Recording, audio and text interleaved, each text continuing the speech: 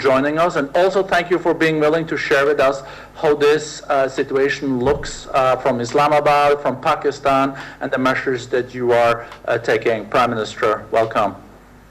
Thank you very much. Well, let me just say that the experience of the developed world is completely different to what we are facing in the developing world. And in countries like India, Pakistan, Bangladesh, specifically the Indian subcontinent, our experience is somewhat different.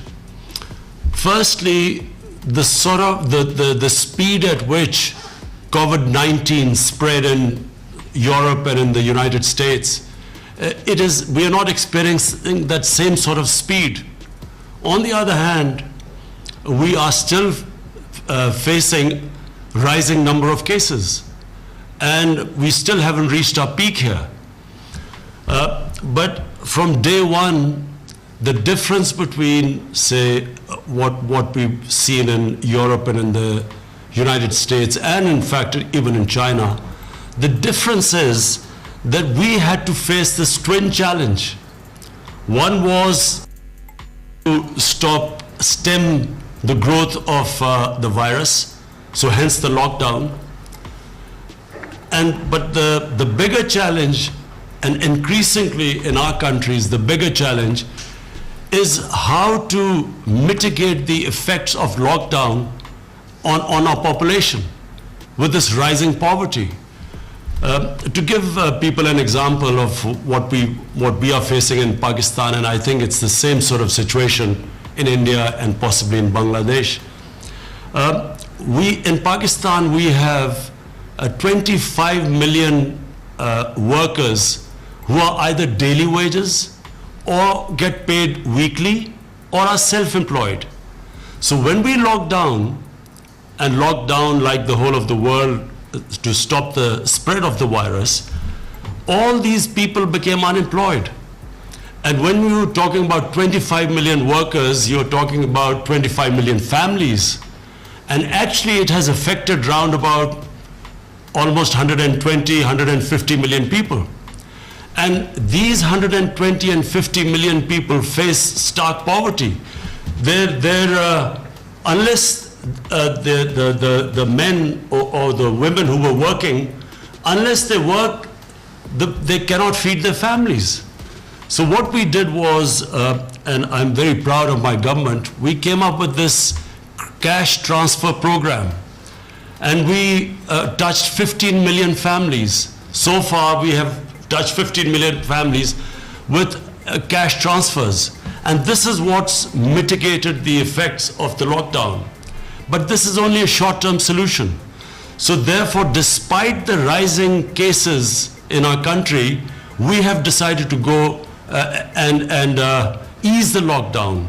We have started to open up our businesses, construction industry, so that people can find employment, because there's no way the government can give handouts to so many people. And because of this huge numbers of the informal economy, the only way we can reach our people is by allowing them to work. So here we face this dilemma. One, we still have a problem of growing cases, and we still have to be careful about the spread of the virus. But on the other hand, unless we open up our economy, we have millions facing starvation. And this is not the problem faced in the Western countries, but the Western countries also face this problem, this balance between now saving the economy and at the same time worrying about, even if the cases are going down, they're worrying about in case there's a spike. So the way forward, we have, this year we have, as a country, as a nation, we realize that we have to live with this virus.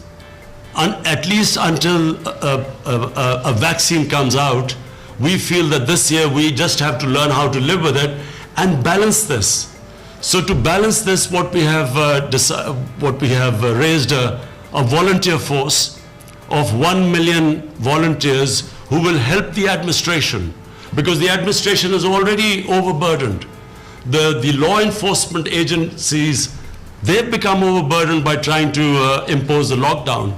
So we decided that the only way is that have a volunteer force, let the administration do the normal work and the police, while this volunteer force goes and encourages people to not to have gatherings, and when they go to work, have these SOPs so that they at least try and keep the social distancing. So this year we feel that we have a very tough year to balance this act. We have suffered economically. Just before this COVID-19 hit us, we had managed to balance our twin budgets, the current account deficit and the fiscal deficit. After a very painful series of reforms, we had just about balanced and were thinking of the economy of growing. And so it's hit us at the worst time. But what we feel is that the coming year is not just a challenge for Pakistan. We all know it's a global challenge. And what we feel is that there has to be a lot more interaction between the countries in dealing with this challenge than has been so far. Understandably, because when it hit the countries, it's quite unprecedented, the measures they took. So every country looked inside, became insular. But I feel eventually we are all connected and the response has to be global. There has to be a way of picking up countries which are struggling right now, and especially in the developing world. I've spoken to the Ethiopian Prime Minister, the Egyptian President, Nigerian Prime Minister. All of them are facing similar problems to what we are facing. Falling exports, the export orders have gone down because obviously the problems faced by the global community. But also additionally, we face the problems of falling remittances. Our country depended a lot on remittances from the Gulf countries, and because of oil prices crashing, that has had an effect on our workers, our remittances. So I guess everyone is facing the challenges, but we have geared up. Economically, we've got our think tanks working on how we're going to deal with the coming year. At the same time, we have a very good developed a system of a national command and control center. The whole idea of this center is to balance the whole thing. They watch where the cases are growing, how we are going to deal with them, isolate individual areas where there is fear of spreading, and at the same time, how we can keep our economy going. So I guess this is what the world community faces. G20 countries have come up with a debt relief. They've just come up with a policy of debt relief, but it needs to be, there need to be more details and more work on this. But let me just put it this way.